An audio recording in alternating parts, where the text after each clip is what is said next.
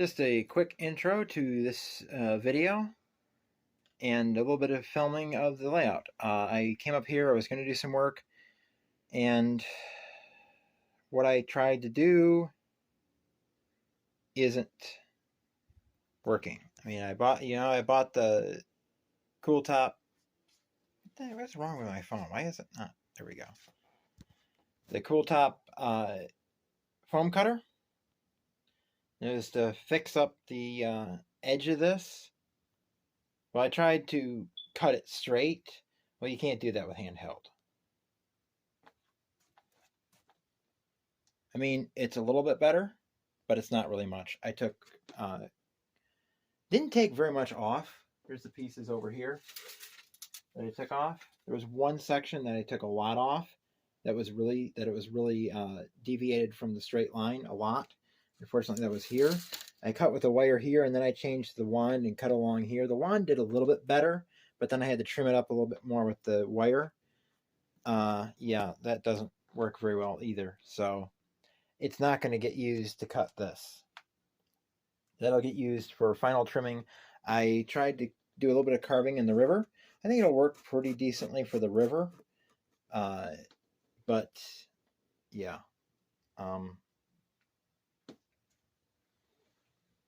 I cut with the wand.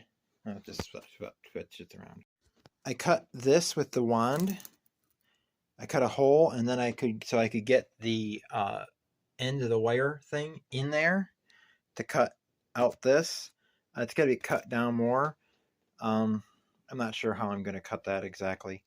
I was hoping that I could just cut little things and use this to cut through there, but this does not like that. Unfortunately, this I think is technically high density foam, and you're not supposed to use that cutter with high density foam. As you can see, you can see some difference in the color black here. That's the dry part, and that's newly painted. I have just finished painting. In fact, my brush is still wet. I got to get it downstairs and clean it out. So this is why this is a quick little thing in this video. I painted all the way down across Allen Street and all the way approaching the switch for the elevator factory. This is the alignment that the elevator factory is going to take. Now this track should go straight, and then it should curve that way to go across the creek. But instead, we're bringing the creek around this way, Oaka Creek around this way. It's going to cross around that area. The re-railer is going to be on the bridge. The bridge has to be scratch built out of wood because it's a wood bridge. And this is going to be moved over a little bit. It was going to be here, but I need to move it over a little bit so I have room to get the Montgomerys in here, and because I need to have a coal trestle, and I need to have the piano factory here. So this will get me the space to do that, because this track will then go over. The creek will be right along here, and then it'll go over here and go off that way. Or actually, it will go off like that, because it's quite a sharp angle that the bridge goes across. And then this track can get moved over to roughly right here with the creek between them, because it's a pretty narrow creek. So that moves that track over a little bit, and then we can get that. Eventually, I'm going to take up this track. You can see the Southern Pacific switcher on the track right now. And we'll get that track put back in place. Once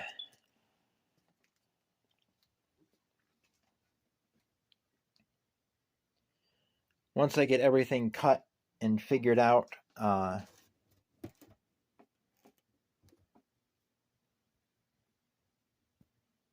got to get some hardboard and figure out how much space that'll take up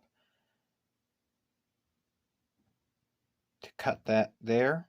What I might do is I might just cut a little piece off. I may probably cut off a little bit more back here, like a couple ties length, and cut that back. So then I can move this switch down here a little bit or cut it back here where it's not away. That way I don't have to disconnect it from the switch. Then I can just push it back a little bit. Yeah, that's loose. That's loose enough that I can move that a little bit because it's secured back here, but it's not secured here. Then I can move that back a little bit and get the switch away from the edge here, so I can put a little bit more track in between it and there, and then I can put the hardboard right along here. That was lovely.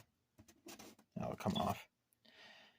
Put the hardboard right along here, and then cut the rail next to the hardboard.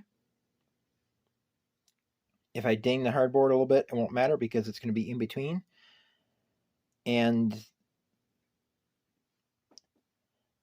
that will protect the hardboard in this area will be just protect the foam to keep it from getting dented and damaged. While on the outside, it's going to be to make it look nice. But this side, it's protection for the foam. This side is both. Because the wood is going to be underneath here. 1x4s are going to be underneath here, holding the second layer of foam. Because I need 2 layers of foam because I need to be able to cut out the foam for the coal trestle over here and for the creek. Because the creek needs to be deep. So, that's it for right now. I gotta go wash my brush and my hand. Alright, working on the layout video here. This is the last bit for up here, and then the rest of it's going to be filmed downstairs. I don't remember if I put this in the clip, but this is what the cool top wire thing did. The wire cut I cut all this with the wire, but I wanted to see if I could get it more flush, so I used the wand tip, and it's still dirty. I didn't get that cleaned off, unfortunately, but and that did this. So what I'm doing now is, you can see why is this frozen? I don't know why my camera does that every once in a while. My phone does that every once in a while. You can see this is marked. Well, this is not only marked, it's also partially cut. And it's freezing up again. What is wrong with this with my phone? It's also partially cut. So you can see the line right here. That was cut with this. A break-off blade utility knife. And it's cut part way through. Now, one of these I did cut all the way through. And I marked it very carefully on both sides with marker. You can see that line goes straight across. And somehow, this is on one end, and the other end, it went straight across, and somehow it cut, when I marked on this side, it cut over here. And so the cut was not even, and I broke it off. I thought it was going to break off straight because I thought the cut was straight, because I had marked everything straight. Measured it everything the same way. And it didn't. It instead did this. So I got to fix that at some point. And so here you can see how it was marked. And it cut it differently on one side. And it was marked straight. I don't know how it did it, but this is only partially cut. And this one, I marked these lines here. I marked this line on this side. I did it from the other side. I drew the line straight across. And this line here. And somehow it got off. So this one I remarked out exactly using the board that's down there that has the mark on it. You can see the mark. It's next to the programming track that's sitting on the floor. You can see the mark on the wood there. That marks out how wide these need to be to fit in the 1x4 framing. And so I marked it off all the way along and then drew a straight line. And this is partly cut with that. It's only not cut in the middle. And what I'm going to do is I'm going to take the take this. There we go. take this and just run it down through there. That way it's already partway cut, because this is not designed to cut high density foam like this. This is for light density foam, unfortunately. The thing is, for high density foam doesn't cut straight and melts too much. This does not heat up. This one does not heat up as hot as the other one does, and so it doesn't leave these huge bad places in the foam like the hot knife does. So with these part, we mostly cut through. It's cut just through the middle. There's stuff in the middle that's not cut. That should reduce the resistance on it enough that I can just go right straight down with the wand cutter and just cut right along that, right down there, and they'll be straight. And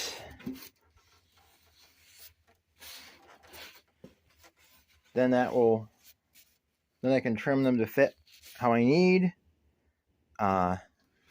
And that piece will be cut the same way, although that will be cut differently because what? Okay, I'm back. For some reason, my phone was full and the video stopped recording. I don't know how it was. The memory should not be full. There should be like there should have been like 3 gigabytes of storage space or more left. I don't know what. Every once in a while my phone doesn't acknowledge that there's space when there is. But anyway, that piece will be cut differently because this one is being made into the 3 bottoms of these modules. The 2-inch foam that goes underneath these with the 1x4 framing that goes up to the edge like this. And that will make 1 top and 1 bottom. And then the rest of it will be saved for the big layout in the barn when that's done. Yeah. As you can see, the layout has not, I think I had painted that stuff when I filmed the last part. But yeah. You gotta get a saw to cut the wood, and I still gotta get I want to order 2 locomotives, but right now I can't. I gotta do some repairs to my car. It needs blower motor for the heater if it's not a blown fuse. If it's a blown fuse, then that will save me that money. If it's not a blown fuse, then I gotta put a blower motor in my car, which is $65, and I got 2 strut bearings to replace in the car, which are $65 each. So that's cutting into train money. Plus taxes are over $100 due in January, and fire insurance in the house, and yeah. So hopefully I'll be getting a new locomotive in December. I don't know. I gotta get the Woodland Scenics vacuum to vacuum this stuff up. I also got to take some tweezers and pick out some of this dirt that's in this, and some of it I'm not going to worry about because it makes it look kind of like trash on the layout, but too much of it is too much. Some of the smaller pieces I can't get out with tweezers, I'm not going to worry about. They'll either be buried in the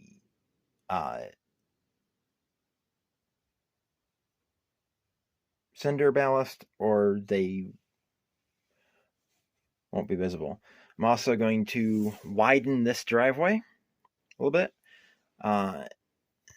The driveway now, how it is now in reality, is wider than this. I did this off measurements, and I don't think the measurements are right. I think they messed up something in their measurements. So I got to add to that driveway a little bit, because they got to be able to back up to the dock of the depot. So, yeah. Hopefully soon we'll get this back up and running. I'm not going to run it anymore until I can solder feeders to the track, and that won't be until at least until I get track back down here. And I need to be able to tell how much I need to add to here, because I don't want that switch that close to that. I could do it that way, just cut the track, but that would be right there. It would be right in the middle of the rail joiner. Well, not in the middle of the rail joiner, but it'll be close to the rail joiner, so I want to move this at least back 1 tie length, and then we'll cut it like there, and then put the tie like next to the tracks or something. Probably 2 tie lengths just to give me some extra there. So then that won't be right up against, because there will be stuff between here, but it's not gonna be that. It's gonna be that thin particle board stuff. That, yeah. So that's the layout. Now for downstairs.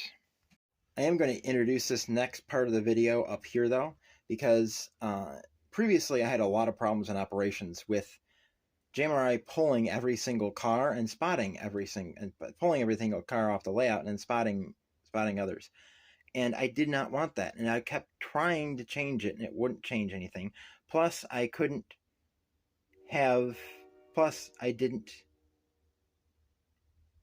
There was none of the videos I watched had an explanation of how you had custom loads originate at a industry in the layout. There was nothing for that. Nobody covered that at all.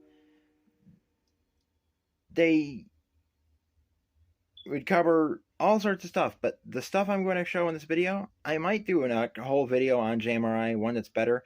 And this stuff I would not have known if it hadn't been for the video library at the NMRA, because for people who don't know, I am a member of the Lake Shores Division of the National Model Railroad Association, Northeast Region, until my membership expires in June, and I will be rejoining then. And I'm going to be hopefully going to some events that are coming up. And some of them are NMRA only members, some of them are public events that other people might want to go to too. I don't know for sure if I will be at them, but one of them in March that is an NMRA only thing. I hope I can go to. I really want to go to it. That's operating sessions. But we'll go downstairs and I'll show you on JMRI what I'm talking about as to how I fixed the issues with JMRI on the layout. Okay, now here's the part where I talk about how I fixed my issue with JMRI. Open up Panel Pro here. This is just going to be, I keep making it too long. I'm just going to be a quick show you what I did and what I had to do, and if people want, I can make a whole video on JMRI, which will include this tip that no one told me. Now, once you're in JMRI Panel Pro, go to Operations Pro, which I already have it, and that's the first thing you do when you do JMRI for operations. And you go into Locations. Now, up here in the upper left-hand corner, you'll see Tools. And you go to Schedules. And here we have the 7 schedules that are in place. There will be more, because right now we have 3 industries being represented by the Warsaw team track. Come on, stop doing that. I don't know why it won't focus. Come on, focus, go. I don't know why it won't focus. It keeps going out of focus, and there's no reason for it.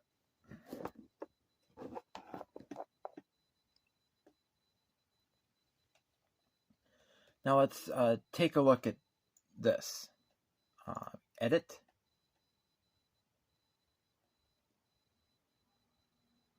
That, and you see the team track, it receives empty boxcars, it receives empties and puts out loads, and receives empties and puts out lanterns. Now the loads would be pianos for the piano factory. I haven't added pianos as a specific load.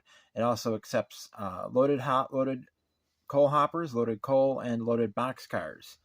I am not sure yet if Montgomery's received lumber at this point in time. At this point in time, they received coal. I know, because they were a coal dealer. Now they do building materials. So that's it. I also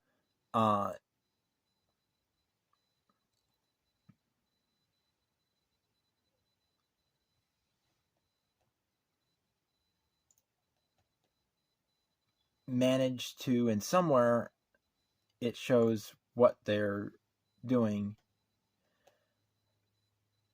Somewhere I saw in here where it shows them saying that it's holding a certain amount of cars, but they have 85 cars right now in the roster, in the active roster. Not all of them are era appropriate. More will be added as I can get more in there.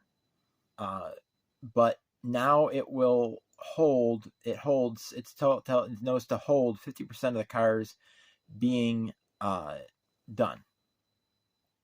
So the 50% of the cars that are on the layout, it will hold in position. So I no longer have it so it is pulling everything and pulling everything when it comes into Warsaw to switch. All right, now here I'm on the Lake Shores NMRA division, my division of the NMRA. On the website, it's the timetable for the events. Now this one, unfortunately, I forgot was happening today, so I did not make the Central New York Model Railroad Club and Historical Society open house. And that's too far away anyway, if I remember correctly. This is in Elbridge, New York. I'm not even sure where Elbridge, New York is. I think that's somewhere in beyond the lakes. But yeah.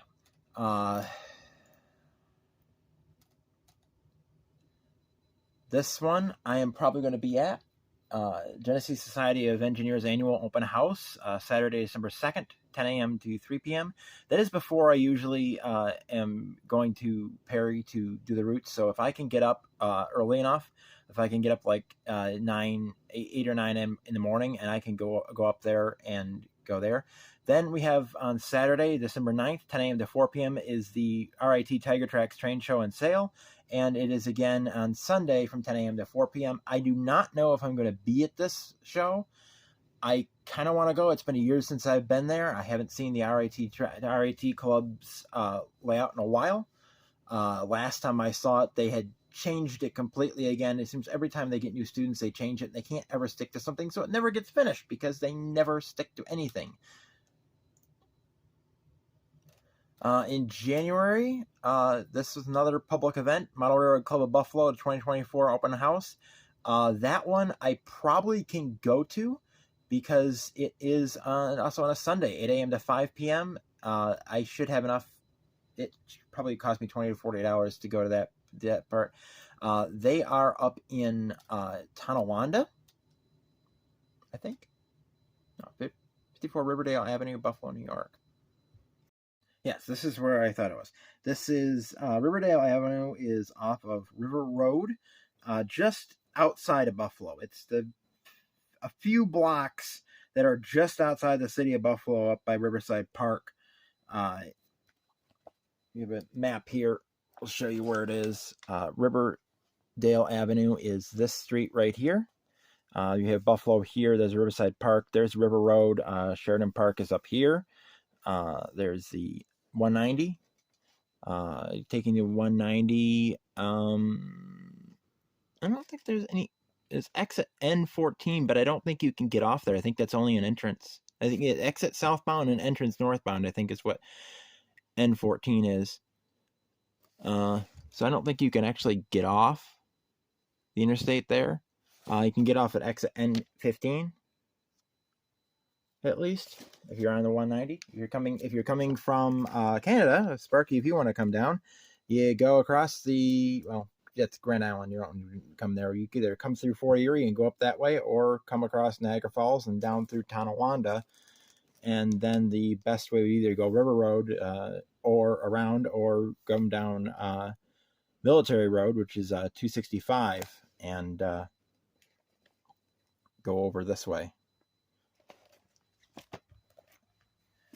So that one I probably will go to. I like their layout. The last time I was there, I sat there watching the guy doing stuff in the yard for a long time, because everybody else was running trains in circles, and that was extremely boring. That one's NMRA exclusive, I'm pretty sure, because that's Lakeshore's X 24. And then in March is the the Rochester Model Railroad Club Open House, 10 a.m. to 5 p.m. on Saturday, March 2nd, and 1 p.m. to 5 p.m. on Sunday, March 3rd. And then that's all NMRA stuff. I think this is also NMRA as well, the Up Around the Clock 2024. I'm hoping to be a part of that or attend that. So that's it for what's the events coming up, the public ones at least. So those are where I might be going to. They are in my calendar, the days that I most likely be able to go, which is Sunday when it's available. But however, in December I probably will go to that because it is close by. That is in Elba, New York. Get the address here for those who want to go. 50 Main Street, Route 63 in Oakfield, New York. I thought they were in Elba. They're in Oakfield. And Oakfield is, your map out. Oakfield is right here. So if you're coming from that way, if you take the interstate, you get off 90 at Batavia and go right up 63 to Oakfield. If you're coming from Ontario, you'd come right down. You could come across this way and down 77 and in the back way this way, or you can go 90 and go that way. But that one I most likely will be at. That is coming up close. It's December 2nd, so I have never been up to their open house. Here is it just takes you to Google Maps. Maybe we'll go to their website. Oh, their website's down. That's works out wonderfully. Anyway, so that's it for me. That's it for this video from CP Silver Springs, milepost 368, the Norfolk Southern Tier Line. Keep on loving trains. Tim out.